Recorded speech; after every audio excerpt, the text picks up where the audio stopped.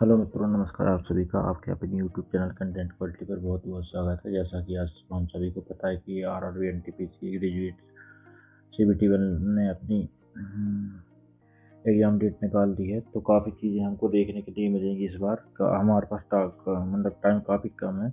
देखा जाए तो लगभग 1 महीने का समय भी नहीं है। तो अगर हम अच्छी तरह से पढ़े तो अभी भी पेपर को निकाला जा सकता है। तो हमको कैसे क्या क्या करना है, सब चीज़ मैं विस्तार से बताऊंगा। मैंने 2019 का अटैम्प्ट भी दिया है, जिसमें से मेरे सीबीटी वन में 97 नंबर थे, और 2024 का स्कूल मतलब अटैम्प्ट भी दिया था मैंने, बट इसका सीबीटी टू नहीं दिया मैंने। थोड़ा मुझको दिक्कत था इसलिए, तो उसमें मेरा स्कोर अच्छा था।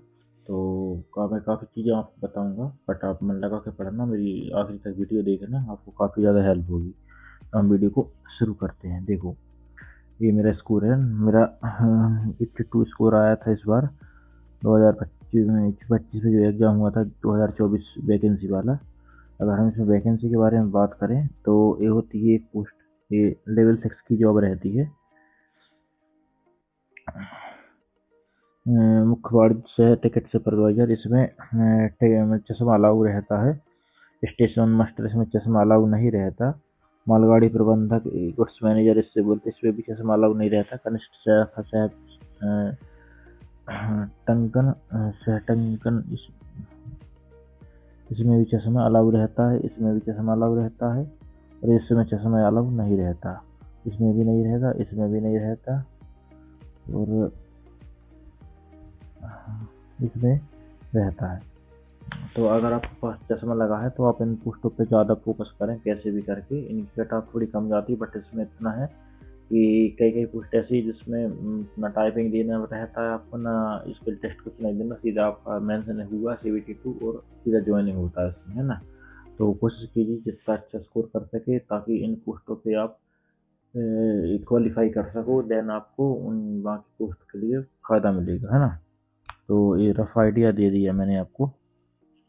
ये देख सकते हैं आप अपने अपने जोन में, एक कौन से जोन में आपकी कितनी ज़्यादा वैकेंसी हैं। तो इसको बहुत इत्मीनान से देखना, क्योंकि ये बहुत हमेशा आखिर तक दिक्कत करता है, इसलिए मैं आप सभी के स्पेशल लेके आया हूँ। तो अपने अनुसार देख लेना कहाँ कौन से जोन में कौन सी कट ऑफ है ना। ये हो गई अहमदाबाद जोन की, अजमेर जोन की, ये हो गई बेंगलुरु जोन की, ये हो गई भोपाल जोन की, ये हो गई अपने भुवनेश्वर की, ये हो गई बिलासपुर की, ये हो गई चंडीगढ़ की। इस बार गुड्स मैनेजर की पोस्ट मतलब कट ऑफ कम जाएगी, है ना। चेन्नई की, ये हो गई गोरखपुर की, ये हो गई गुवाहाटी की, ये हो गई जम्मू कश्मीर की, ये हो गई कलकत्ता की, ये हो गई मालदा की,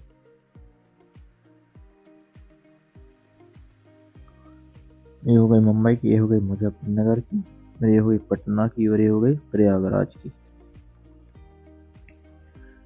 आप देख लेना अपने अनुसार। यदि मैं उन सब चीज़ों को समझाऊंगा तो काफ़ी वीडियो लंबी हो जाएगी। आप समय हमको बिल्कुल बर्बाद नहीं करना, इसलिए मैं जल्दी शॉर्ट में आपको बता दे रहा हूँ। आप अपने अनुसार देख लेना वीडियो को 2x पे लगा के। ये हो गई रांची की, ये हो गई सिकंदराबाद की, ये हो गई सिलीगुड़ी की, ये हो गई तिरुवनंतपुरम की। ठीक है। तो ये अपने अनुसार जहाँ की वैकेंसी है, जितनी ज़्यादा वैकेंसी है उसके अनुसार देखना, और कोशिश इतना करना है आपको कि जैसे मान के चलो मैं आपको बता दे रहा हूँ कि जैसे मान के चलो आपकी कैटेगरी ओबीसी, ठीक। आपके नंबर आ जैसे कितने 70, ठीक। एक और कैटेगरी है यूआर, इसकी कट ऑफ गई कितनी 75। हाँ, इसकी वैकेंसी है, मान के चलो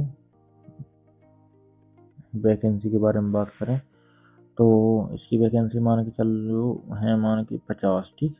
तो इसकी वैकेंसी है कितनी आपकी 100, ठीक है। अगर आप 75 स्कोर करते हो ओबीसी कैटेगरी में, तो आपको क्या होगा, ए 75 तो मिलेगी ही मिलेंगी, साथ में ए 100 वैकेंसी भी आपको मौका मिलेगा। तो ये चीज़ को बहुत अच्छे से ध्यान में रख के करना हमको काम, कि हमको जर्नल कैटेगरी की कट ऑफ क्लियर करनी है यूआर की, जिससे हमको उनकी पोस्ट भी मिल सके। तो एक रफ आइडिया दे रहा हूँ मैं, तो काफ़ी उससे हेल्प होगा आपको, है ना। तो कोशिश ऐसा करना जितने ज़्यादा स्कोर कर सके उतना बेटर है। ऐसा नहीं सोचना कि 1-2 नंबर से हमारे पास कैसे भी कैसे फ्री निकल जाए, बी के नहीं मांगनी है हमको, एग्जाम क्रैक करना है, ठीक है। तो तो जितना हो सके उतना ज़्यादा आपको स्कोर करना, कोशिश यही कीजिए आप 80 के ऊपर स्कोर करने की, है ना। 80 के ऊपर जितना हो सके उतना अच्छा स्कोर कर सकते हो आप। कैसे कैसे करना वो मैं आपको बताऊंगा। तो अभी डेट डेट डाल दी है उन्होंने कितनी, 16 मार्च से आपके एग्जाम है, कितने तक, 27 मार्च तक। 1000 तो मोटा मोटा कितने दिन का समय लग रहा है आपको, 11 दिन। 11 दिन एग्जाम चल रहा है, कुछ ज़्यादा दिन नहीं चल रहा। और आप सभी को मैं एक बार बता दूँ, इसकी जो है CGL के पहले हो जाएगी। ये अपना मान के चलो जून तक आपका, मतलब जून या फिर जुलाई मैक्सिमम, इतने में आपका CBT 2 करवा लेगा। और सितंबर तक बहुत संभावना की इसकी ज्वाइनिंग करवाने की फुल संभावना है ना। तो प्रबल दावेदारी जिसकी, तो मन लगा कर इत्मीनान से पढ़ना, क्योंकि इसमें जॉब लेने का बहुत अच्छा मौका है। इसका अगर आपका प्री निकल रहा तो बहुत ज़्यादा अच्छा होगा, क्योंकि जब आप CGL का प्री दोगे, इस समय इसका मेंस होगा, तो इसकी तैयारी पूरी इसमें फ़ायदा देगी। तो ये एग्जाम में निकलेगा और उसमें भी आपकी पूरी तैयारी काम पड़ जाएगी। तो इसके बाद अगर हम सब्जेक्ट वाइज वेटेज का बात करें, तो देखो सबसे पहले इसमें ये मतलब सर से गलती से UG लिखा गया था, बट ये ग्रेजुएट लेवल की है। मैंने उनसे बात की थी, तो अपना काम जल्दी आसान हो सके इसलिए मैंने उनका स्क्रीनशॉट ले लिया है। तो देखते हैं क्या क्या आगे। देखो देखो सबसे ज़्यादा परसेंटेज में कितना, 109 क्वेश्चन आया है। उसके बाद रेशो प्रपोर्शन 29 आया है, एज का 87 आया है अपना एवरेज से, 84 आया डिस्काउंट से, प्रॉफिट एंड लॉस से 68 आया अपना डिस्काउंट से, CI से आया 43, 47 SI से। तो आप देख सकते हो इसमें मतलब कि इतने सारे टॉपिक दिए हैं। जैसे मानो कि चलो इसमें सबसे ज़्यादा कौन सा टॉपिक आया, 119, मतलब कि अलजेब्रा। अलजेब्रा मैंने इसीलिए अलजेब्रा शुरू करवाया था अपने ग्रुप पे, ताकि अभी जो NTPC आएगा उसमें अलजेब्रा बहुत काम पड़ेगा। अब जिन जिनका अलजेब्रा खत्म हो गया उनको कितना ज़्यादा बेनिफिट होगा उससे। मतलब हमेशा एक बात याद रखिए, अब रेलवे हमेशा प्रीवियस ईयर ट्रेंड को पूरा फॉलो करता है। तो अभी जिनका मतलब टॉपिक हो गया है अलजेब्रा, तो वो क्या कर सकते हैं, इनसे कर सकते हैं। और जिनका आगे नहीं हुआ तो वो क्या कर सकते हैं, अभी मेरा टेलीग्राम ग्रुप ज्वाइन कर लेना। मैं उसमें क्या कर दे रहा हूँ, आवाज सैनी सर का पूरा कंप्लीट बैच मैं उसमें प्रोवाइड करवा दे रहा हूँ, सुपर 100, ठीक है, लेटेस्ट वाला। उसको आप पूरा लगा लीजिए इत्मीनान से, जितने जितने टॉपिक हो रहे हैं। क्योंकि इतनी जल्दी अगर आप और कोई टीचर से पढ़ोगे तो शायद वो बहुत ज़्यादा टाइम लगाएगा। आपको नोट्स बिल्कुल नहीं बनाना, बस आप वीडियो देखना और सॉल्व करना, वीडियो देखना और खुद से सॉल्व करना, नहीं बना सर का देखना।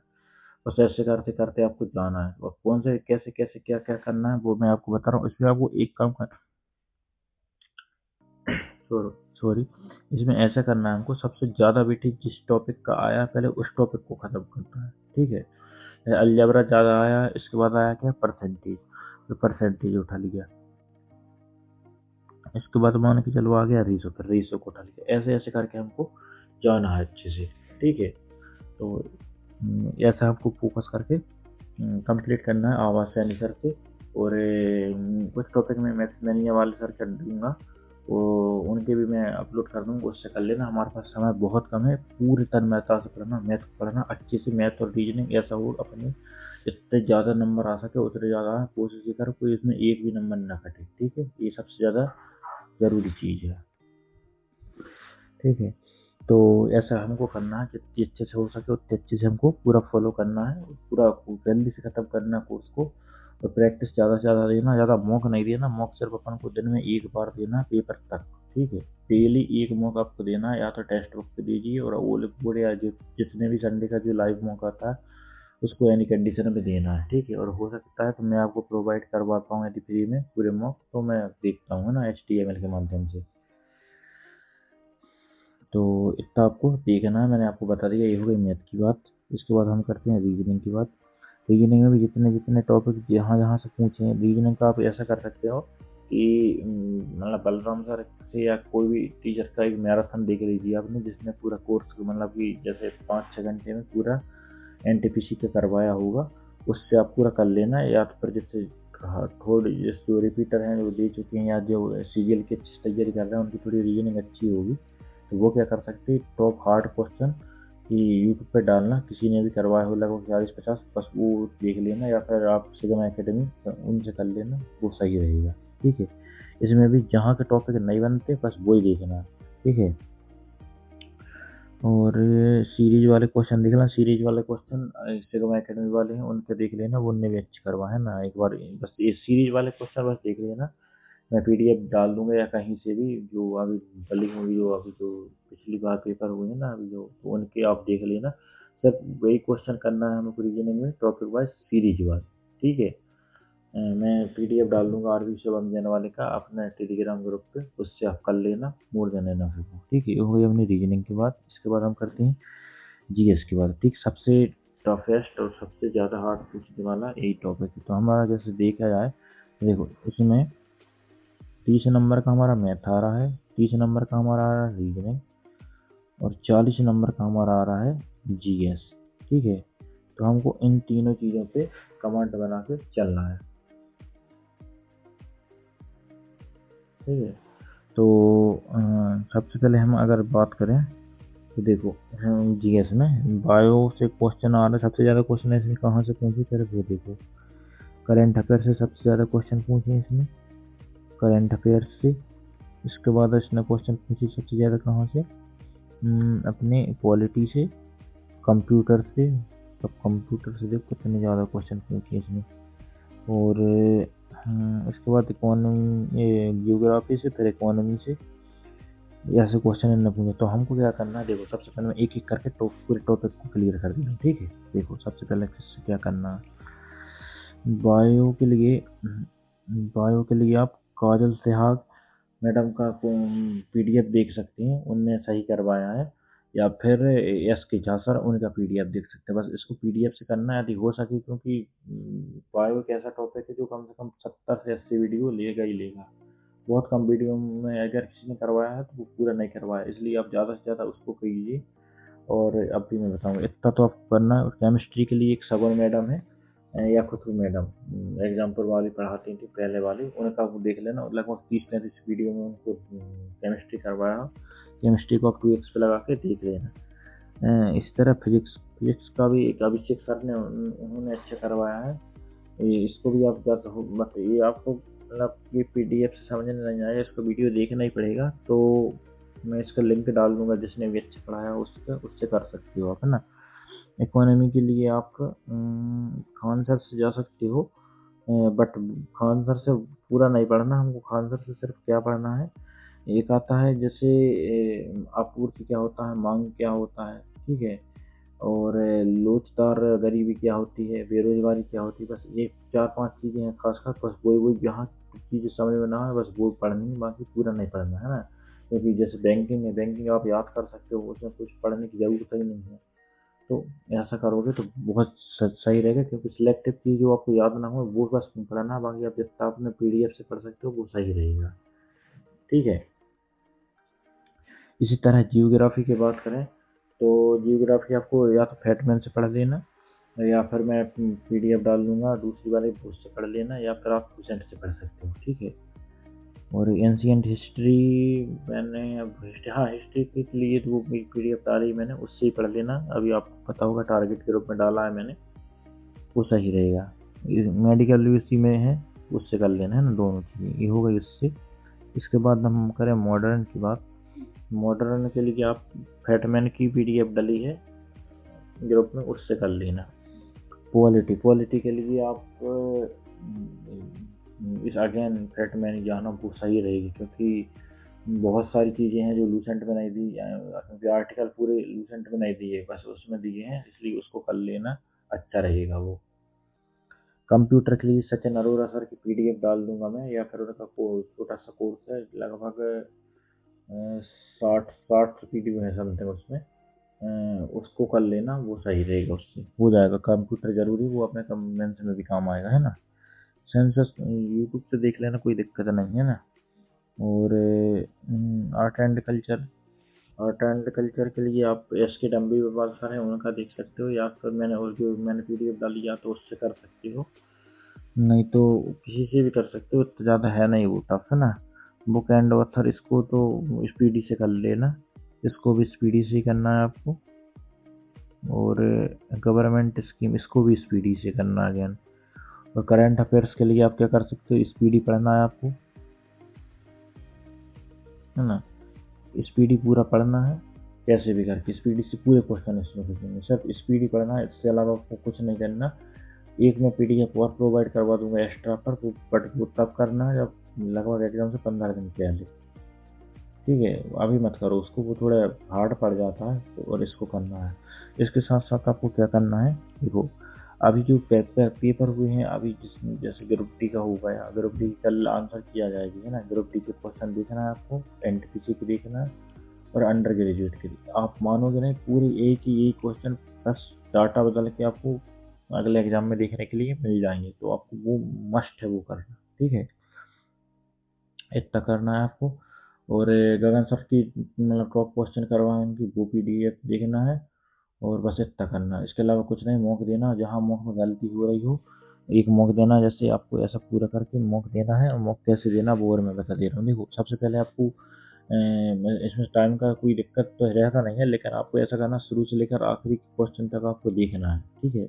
जैसा पैटर्न अभी मतलब कि सब्जेक्ट वाइज आया है, या ऐसा कैसा कैसे भी प्रकार का आया है, वो आपको देखना है कि मतलब किस सब्जेक्ट वाइज पूछ रहा है या मिक्स पूछ रहा है। वो आप देख सकते हो अपने टेक्स्ट बुक पे, या फिर जैसा भी एग्जाम आया उस पर, वो करना है आपको। इसके बाद आप देखोगे कि वो मॉक वाले खुद फ्रेम कर देते हैं वैसा, उसका आप टेंशन मत लीजिए। आपको क्या करना है, 1 नंबर, 2 नंबर, 3 नंबर, 4 नंबर, ऐसे करके आपको अटेम्प्ट करते जाना है। जैसे ही आपको 5 नंबर का क्वेश्चन बना, आपने कोशिश करी कि सॉल्व करने की, कि इसका आंसर आया नहीं आया, इसको छोड़ दिया, ठीक। अगर आप दूसरे क्वेश्चन कर कर फिर आप अटक गए, फिर आप दूसरे कर लिए, फिर अटक गए, फिर दूसरे कर लिए, ऐसे करते करते आप फर्स्ट राउंड में एटलीस्ट कोशिश कीजिए कि 50 से 60 क्वेश्चन करने की कोशिश कीजिए। 50 से 60 क्वेश्चन आपके हो जाए, मैथ रीजनिंग मिला के और GS मिला के, तीनों मिला के, ठीक है। अगर बच्चे आपके पास 40, अब आपको कोशिश ये करना है कैसे भी करके मेरे को 10 क्वेश्चन और सही करना है। वो क्वेश्चन रहेंगे जो बन जाएंगे, लेकिन समय मांगेंगे। वो 10 क्वेश्चन आपसे बन जाएंगे, 70 क्वेश्चन आपसे आराम से बन जाएंगे। फिर बचेगा आपके पास 30 क्वेश्चन। 30 क्वेश्चन पे आप खूब ज़्यादा जोर दोगे तो वो भी आपसे बनने की फुल गारंटी है, थोड़ा आपने अगर अच्छे से पढ़ाई की है तो। ऐसे आपके 80 क्वेश्चन हो जाएंगे। 80 क्वेश्चन आपके हो गए जैसे, देन आपको 10 क्वेश्चन पे और कैलकुलेटिव रिस्क लेके सॉल्व करना 90 क्वेश्चन तक। देन अगर आपके 90 क्वेश्चन अच्छे से हो रहे हैं इस स्ट्रेटजी से, देन आप बहुत सेफ हो, ठीक है। इसके अलावा आपको कुछ नहीं करना। और जो और ज़्यादा स्कोर कर पा रहा है, जैसे 25 से कर पा रहा है, तो 95 तक 10 नंबर कैलकुलेटिव रिस्क लेके जाना। बट इतना है, 10 क्वेश्चन एक्स्ट्रा आपको अटेम्प्ट करना है, ऐसा बिल्कुल नहीं करना। ये 80 बने हैं तो हम 80 छोड़ के आ गए, ठीक है। लोगे ज़्यादा फायदा होगा, क्योंकि जैसे आप मान के चलो एक मोटे मोटा अपन देखते हैं हम, जैसे देखो आपसे 75 क्वेश्चन आपने अटेम्प्ट किए, 25 नहीं किए, ठीक है। अगर आप 25 को मान के चलो 75 आपका स्कोर आ गया, ठीक। अगर आप 25 को और अटेम्प्ट करते तो मान के चलो आपके नंबर, जैसे मान के चलो मैं मोटे मोटे तौर पर माने तो 25 में से मान के चलो आपने 12 सही होगा इत्तेफाक से, और 13 गलत, ठीक। 13 का 3 भाग देंगे तो हम कितना बनेगा, मतलब 4.33, ठीक। इसमें से हम माइनस कर देंगे तो 7.66 आएगा। इसमें अगर हम जोड़ दें तो 82 नंबर आ रहा है ना फायदा। वही मैं कह रहा हूँ आपको, कैसे भी करके आपको अटेम्प्ट अपना ज़्यादा ही रखना ही है। कॉम्पिटिशन भी बहुत है इस बार, लगभग 75 के ऊपर ही सिलेक्शन होगा, वो ना हो तो 70 प्लस तो आप कट ऑफ जाएगी ही जाएगी कंपल्सरी। 75 प्लस का हमको टारगेट है। और वही मैं बोल रहा हूँ, हमको व्यूअर की भी कट ऑफ वैकेंसी लेनी है, तो हमको ज़्यादा स्कोर करना है। और हमारा लेवल 5 और लेवल 6 दोनों पे सिलेक्शन होना चाहिए, इसलिए हमको ज़्यादा से ज़्यादा स्कोर करना है, ठीक है। समय बिल्कुल बर्बाद नहीं करना, ऐसे ही करते जाना। पूरा प्रीवियस ईयर देखना है पहले, और फिर टॉपिक वाइज ख़त्म करते जाना है। और मैं जो PDF डालूंगा ग्रुप पे देख लेना।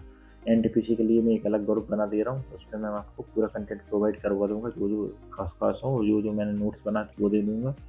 और अभी मैं इस संडे को एक CGL का और एक NTPC 2 मॉक लेके आऊँगा, कैसे कैसे एनालाइज करना वो बता दूंगा मैं। इतना करना, इसके अलावा कुछ नहीं करना, आपके नंबर आ जाएंगे बिल्कुल अच्छे से। समय बिल्कुल बर्बाद नहीं करना, पूरा इंस्टा पे भी सब कुछ बंद कर देना, सिलेक्शन हो जाएगा। एक बार इसका प्री निकल गया तो आपको ये बहुत ज़्यादा फायदा दे के जाएगा, क्योंकि अभी इसके बाद एक और रिक्रूटमेंट आने वाली 10-12 हज़ार वैकेंसी वाली, उसका मैं आपको जल्दी बताऊंगा। उसका भी 23 जून में पेपर है, तो उसका भी पेपर होगा, उसी समय CGL का होगा, और उसके बाद आपका NTPC CBT 2 होने की संभावना। तो तीनों एग्जाम आपके हाथ में रहेंगे, इतने में आपको एक न एक नौकरी 100% मिल जाएगी। ठीक है, तो वीडियो को मैं यहीं समाप्त करता हूँ। ऑल द बेस्ट, मन लगा के पढ़ना, जो भी डाउट हो मेरे को कमेंट करके बता देना, मैं आपको क्लियर कर दूँगा। ठीक है।